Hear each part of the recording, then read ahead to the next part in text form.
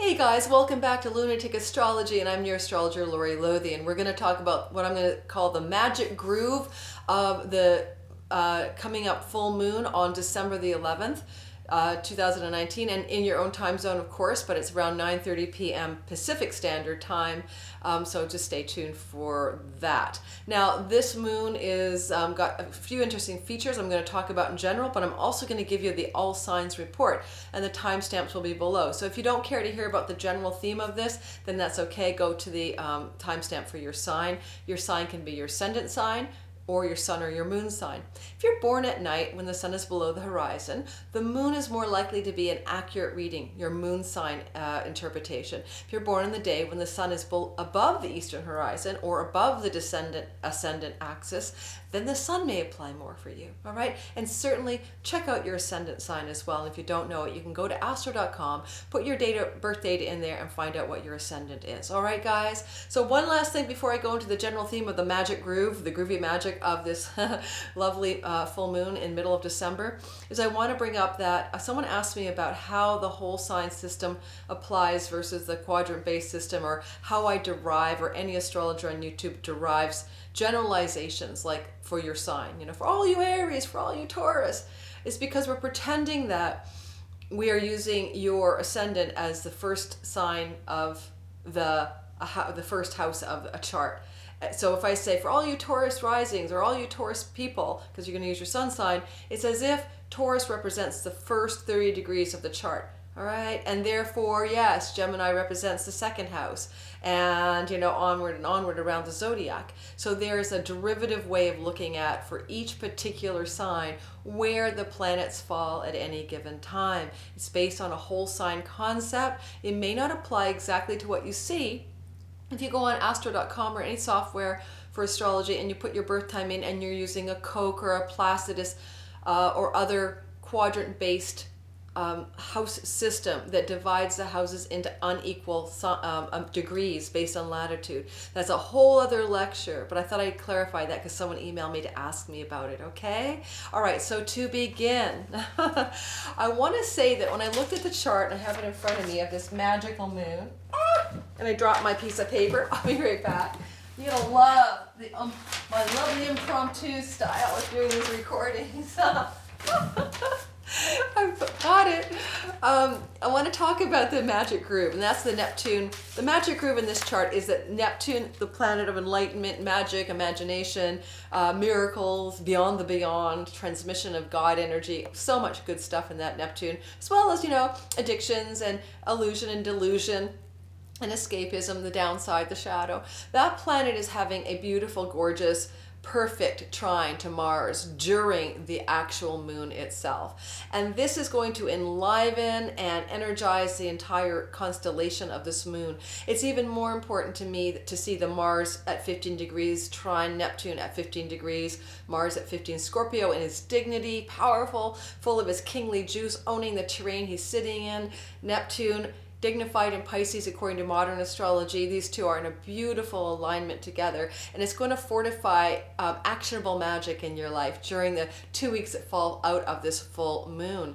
Now, what also speaks to me about this and really sort of supports and fortifies it is that the moon itself during the full moon is going to, which is sitting at 19 degrees Gemini, is going to also be in a relationship to Neptune called a square. Now it's moving out of a direct square, it's moving away from it, it's at 19 degrees, but it still counts. In other words, it's still energetically got a what would I call it, like a lingering fragrance of Neptune, because the moon would have been at 15 degrees of Gemini literally only a couple of days before this full moon. So it's carrying with it the lingering scent of having been in a perfect square to Neptune. And of course the moon does do that, square to Neptune thing once every month, so in this particular way that I'm talking about. And so, you know, it's not that unusual, it's just that it's all dovetailing so gorgeously with the Mars trine Neptune at the exact time of this moon. And you can also say that there's a T-square for you astro geeks out there between the opposition between the sun and the moon at 19 degrees, which is in course, you know, what a full moon is about. And both of those oppositions of the sun and the moon at 19 are in a square to Neptune. So that creates a triangle that looks like this, called a T-square. It's actually more like this in the natal chart. And that's a tension angle, but it's also something that can create, through the friction, greatness. There's an expression that I really love, and it's called, the oyster creates the pearl. Nice pearl, she spits, from the grit of discontent. And in some ways, I think every T-square is that grit of discontent that creates the pearl. And the pearl is the greatness or the genius that we're here to express. So in general, the moon has this kind of gritty tension that's pointing at Neptune as well, saying, can we create a pearl from this tension, these aspects of squares, which are, you know, of the nature of Mars, and the opposition, which is of the nature of Saturn. So they're both very dynamic and tense energies that are asking for some resolution through the mechanism of Neptune. And again, enlightenment, imagination, higher mind, miracles, grand gestures of magic. You know, when you have miracles out of the Bible, you know, Moses parts the Red Sea, or in the Judaic tradition, or Jesus walks on water in the Christian tradition, and all of that, these are very Neptunian storylines. Okay, so pay attention to that in your own life. I'm writing a couple of books about miracles right now, so I'm all into the miracle storyline. Let's begin then. The every sign delineation. So the general gist is the Neptune energy is supporting you, all signs, just before I go ahead and delineate each sign, to experience a bit of transcendent magic in your life, a breakthrough, a miracle, some unexpected way of resolving a situation that's non-ordinary. Maybe it's as wonderful for some of you as a sudden windfall of money that pays a bill at the last minute. For some of you, it may be a resolution of a health problem. For some of you, it may be a download or spiritual insight. You know, it's also helpful to note that Pallas Athena, the goddess of truth, and strategic wisdom and knowledge, is literally conjunct the sun during this full moon as well. So you may actually find that some of the magic and Neptunian glamour that can cascade into your life this year during this 2 weeks that follow the moon have some element of that Athena, the female. She's almost like a female warrior Venus. She's the Xena warrior princess aspect of it, what we would call a Venusian energy. And she's kind of got, you know, her finger in this pie, and I'm really tuning into that. And I feel like, just I didn't mention it, when she's conjunct the sun during this moon, she may bring you literally a person into your story in the next 2 weeks who's very Athena-like, a man or a woman who is strategic and political and truthful and wise in the ways of discernment, especially the intellect. So who could be a support in bringing you a greater deal of miracle, magic, and breakthrough over the next 2 weeks following this moon. So pay attention to the entry of an Athena-like character. It can be either gender. It could actually show up as a person. All right, so each sign. So we're going to do a short little 1 or 2 minutes for each of you about what I feel this is going to allow to happen in terms of the magic of that Mars trine Neptune. Okay, well, you know, I have a season Mars trine Neptune in my chart. That's a natal position for me. Mars is trining Neptune in my chart. So for me, it feels like a really good thing, but for all of you, it's going to feel good. So let's start with Aries. All right, so Aries, this energy of the moon sitting in your natal 3rd house and opposite the sun in your 9th house, meaning Neptune, of course, is in your 12th, where it's been for a long time, 7 years and 7 years more to go. I really want to talk about the 3rd house influence, because that's the more movable aspect of this energy. So what is going to show up in your life that has something to do with karma and past lives? That Neptune in the 12th has been excavating a lot of awakening and enlightenment karma for you, and maybe bringing you spiritual breakthroughs as well as it takes its 14-year journey through your 12th. But right now, on this next 2 weeks that follow the moon, it's really activating that 3rd house of short-term trips and travel. If you're going to go on a journey anytime over the 2 weeks that follow the moon on December 11th through the end of the month, wow, I'm pretty sure it's going to be worth your while. It's also the house of siblings, spiritual breakthroughs, and glamorous, beautiful magic with a sibling could show up for you. And it's a house of education. If you want to take a workshop or a course or teach one even, watch out, all gangbusters. So support from Neptune, strategic Pallas Athena in the 9th house. Now the 9th house is an education house as well. So trust me, anything you learn this year, it's higher education, whereas 3rd house is short term. Anything you learn in the 2 months that follow this moon, or teach or engage in that area of education, will really be supportive for you. And this is also a chance, all of you beautiful Aries sun, moon, and risings to do some speaking and writing, third house things, and that will also have great magical groove attached to it. Alrighty, thanks for listening to that, and we're going to move on to the Taurians. Oh, you stubborn, steadfast bulls. Oh, my daughter's one of you. So Taurus, sun, moon, or ascendant, please listen. Heads up. It's a big one for you guys. The juicy magic that's been transiting, Neptune transiting your 11th house of benefactors, great gains, social approval, awards, circles of influence and friends that can benefit you. Neptune's been going through there for 7 years, 7 more years to go, but now this moon is hitching a ride to their second house of earned income. The moon is activating that in conjunction with the energy of the sun in your 8th house with Pallas Athena next to the sun. Could you benefit financially in the next couple of weeks from an alliance with a very strategic Pallas Athena person in which that other person's money can benefit you? Will you have a writing gig, or will you have a short-term offer or opportunity to make money in some way that is associated with that Athena character in the 8th house? So this could be a chance to make a bit of money outside the normal routine of your life, not the day job, not the normal way that you encounter your paycheck, but something new. So I'm going to say, and it has a bit of a magical bit to it, you're going to grow your social circles, Tauruses. You're going to grow your influence by this alliance that's coming up over the last 2 weeks of December, and you're going to benefit greatly from the sort of the ripple effect or the good domino effect of this last 2 weeks of December as you unroll some new sources of income, and maybe coming through a very Athena-like person, man or woman. So it's their money supporting you. You could get, some kind of benefactor that wants to help you out. Athena in the 8th house, house of loans and banking as well is important. Maybe you're going to apply for some kind of stipend, grant, or loan. And because of this goodness of the energy right now, you'll probably get it. All right, magic groove. Gemini, let's go ahead and talk a little bit about what's going on for you. This is important because it's all anchored with the moon in your 1st house of identity, your physical body and how you perceive yourself and how others perceive you. So in many ways, you're having an identity reroute in the last 2 weeks here of December, from December 11th plus 2 weeks. And so first of all, I really want you to ask yourself, what about your life needs to have a reframe, Gemini?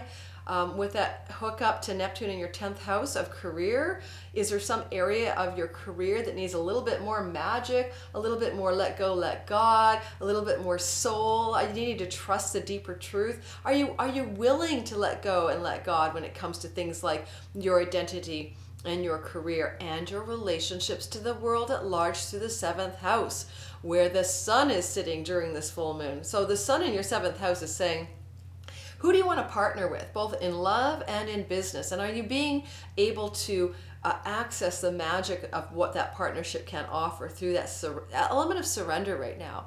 The Neptune in the 10th house is on an angle. It's on one of your kentrons or stakes of the chart, as well as the moon in that 1st and the sun in the 7th. So this is a very pivotal full moon, Gemini. It's going to change your life if you allow it.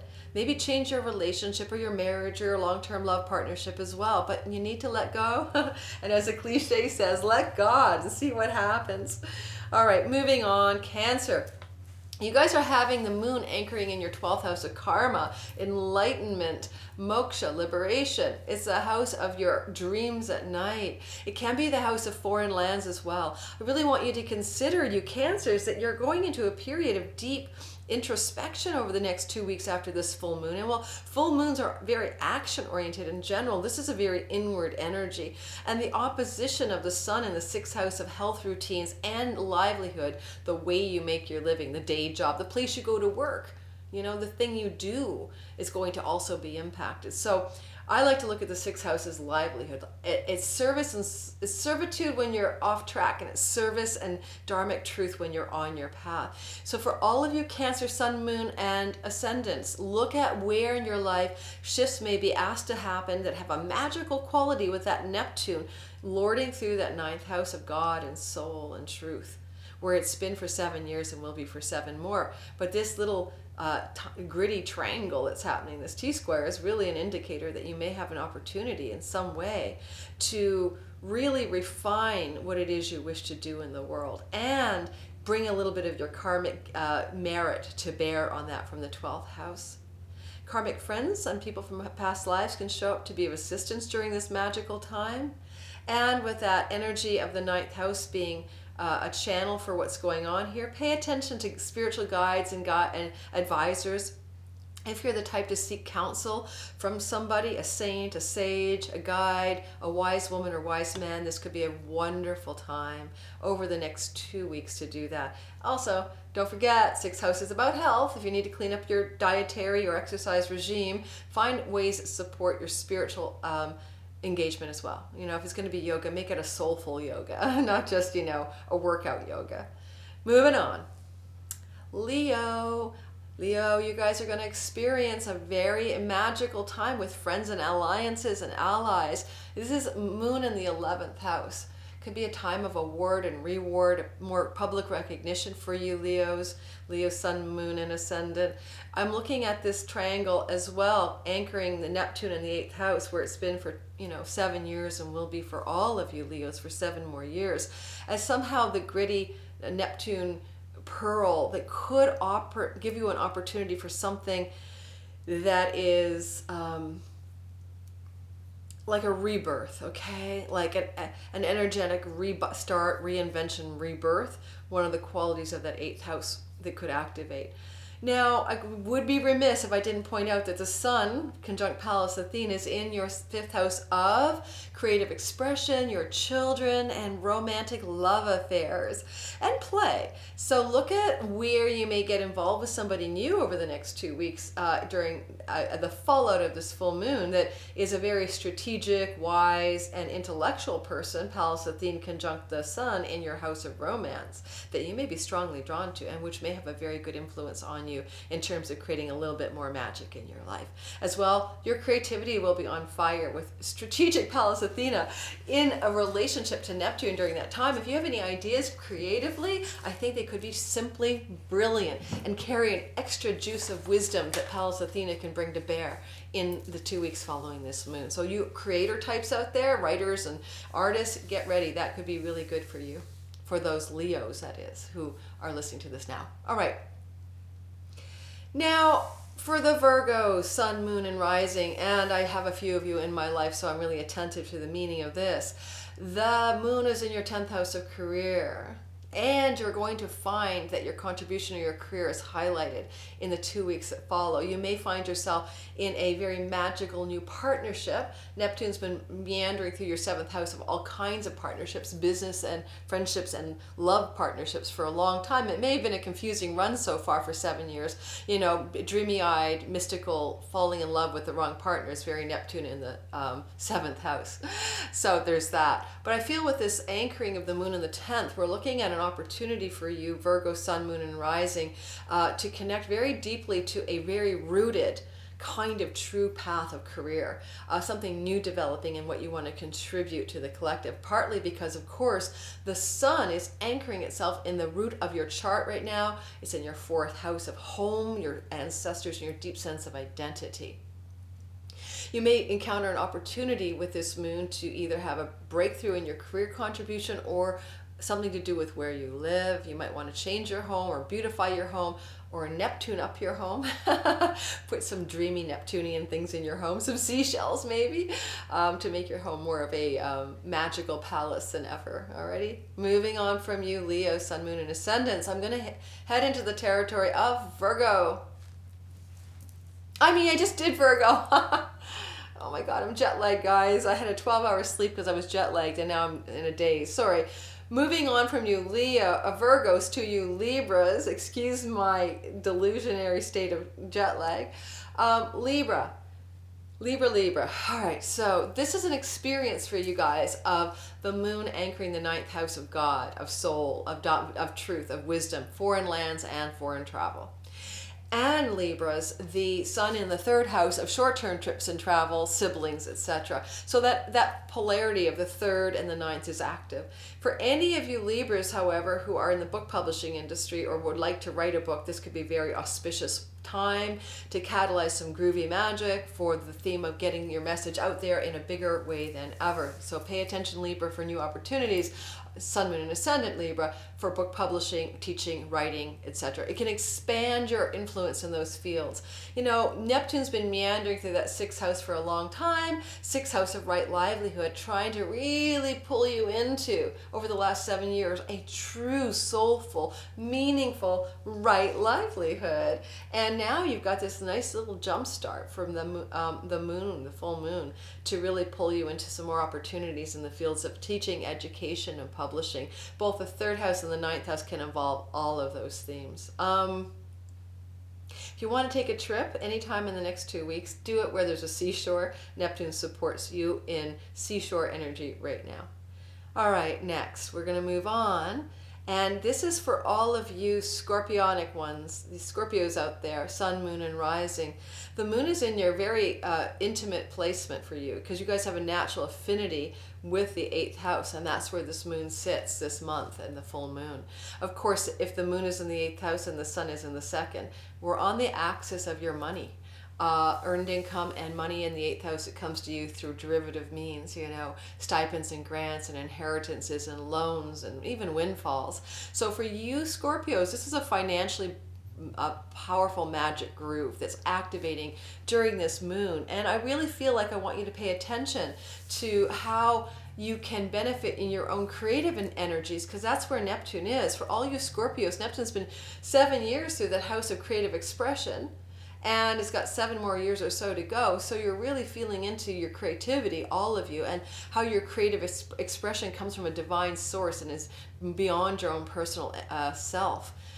So consider your creativity in the storyline of how your money situation improves. Now this is love affairs, so if you're single, now you know Neptune's been going through your 5th house forever, so this is not some new energy in the house of love affairs. But I do know that when I've seen Neptune in people's love affair houses, if you can transcend the dreamy rose-colored glasses about another person and actually see the soul of them, this can portend a deep soulmate communion. So for some of you, not all of you, but for some of you Scorpios, you might bump into a real deep partner of destiny or soulmate this month as well, in the 2 weeks following this magical groove full moon.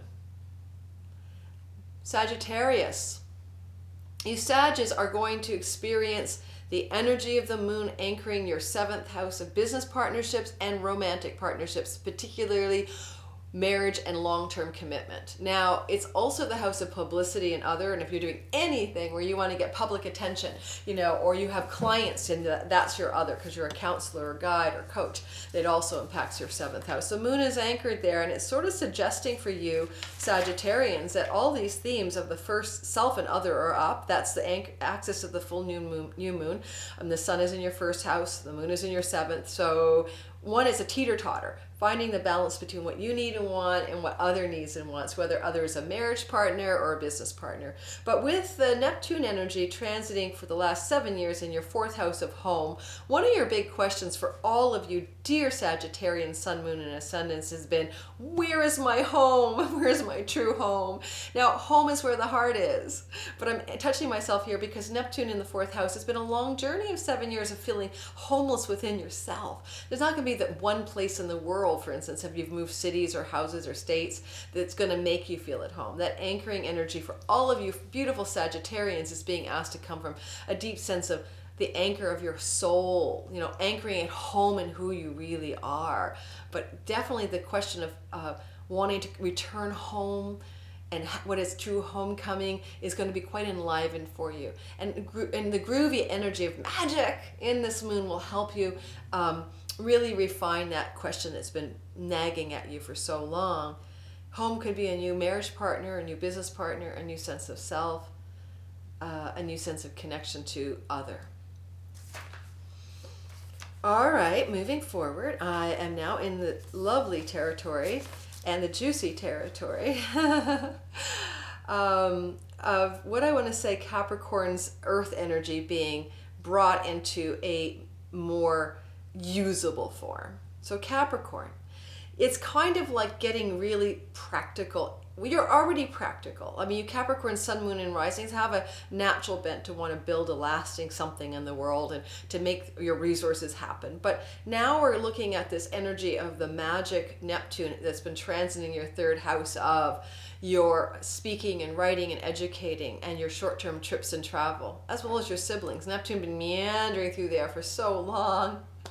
7 years, but now there's this amplification of energy along the 6th house where the moon is anchored, the house of right livelihood, and the 12th house where the sun is sitting, the house of your karma, your karmic merit, liberation, your dreams at night, downloads from other dimensions. And so I kind of feel like you're really going to anchor something, Capricorns, that's going to bring you into the world more to either teach, write, or speak third house things, to travel in order to do that, to express yourself in the world in a more fundamental way that harnesses magic that's useful and practical. Now, for some of you Capricorns who are not into the woo world, this could actually be a breakthrough with a sibling, but that Neptune thing could be that there's been a disconnect with a sibling. You have a sibling who's addicted to something, or a sibling who has some mental hardship going on, emotional mental hardship, psychological hardship, and you may have a breakthrough in helping them or being connected to them in a new way, Capricorns, in the 2 weeks that follow this moon. I had to touch my screen because my phone battery is juicing out on me. All right, 2 more signs to go. Aquarius. You guys are experiencing the anchoring energy of the moon in that natal 5th house of creative expression, your own children, love affairs. I would suggest that it's very likely for some of you Aquarians that you may experience a brand new love affair that sort of just sweeps you off your feet, that has the element of magic with Neptune at the tip of the T-square in the 2nd house of earned income. So you can make a story here because, of course, the sun is in your 11th house of friends and benefactors. So here's a story. A friend who you kind of don't know that well because it's 11th house friendship, colleague or friend, tells you about somebody you really have to meet, romance in the 5th house, and because there's Neptune in the house of earned income, you Aquarians, where it's been for 7 years and continues for 7 more, there may be an opportunity to ally love with money, that maybe there's something to do with making income and money happen through a new love interest. Okay, now of course that's just one of the myriad ways it can play out. In a more general way, Aquarius, Sun, Moon, and Rising, pay attention to the fact that you're going to have an opportunity to be either engaged in a new romance, 5th house, or be more creative and access your creative energies from that 5th house to benefit others, or to be benefiting by another, 11th house, in a way that creates more money for you. With that Neptune going through the house of earned income for 7 years, most of you Aquarius, rising, sun, and moons have been in a time of uncertainty and confusion because there's a deep yearning to make money in a soulful way that honors Neptune's transpersonal elements, that reaches into the heart of God, that has a divine element. It's been a tough one. I'm an Aquarius rising. I totally groove with this. I have written 3 books, 2 done, Coming Age of Miracles, The Way of Miracles, and now one called The Transmission, based on the fact that Neptune meandering through my 2nd house of earned income will have nothing less of me. All right, so pay attention to in what ways money can be made in ways that are creative or with a new love partner as you go through the next 2 weeks of December and experience the groovy magic of this moon.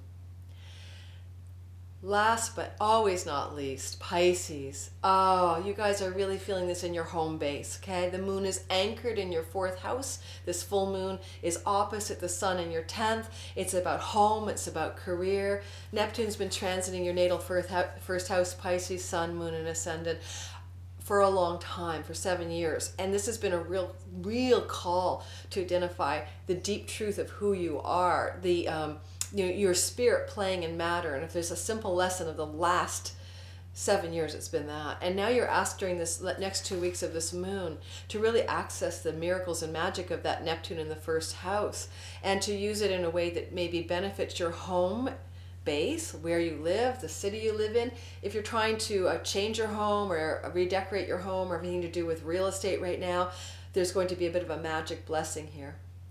Your career house as well will be activated with the sun sitting there.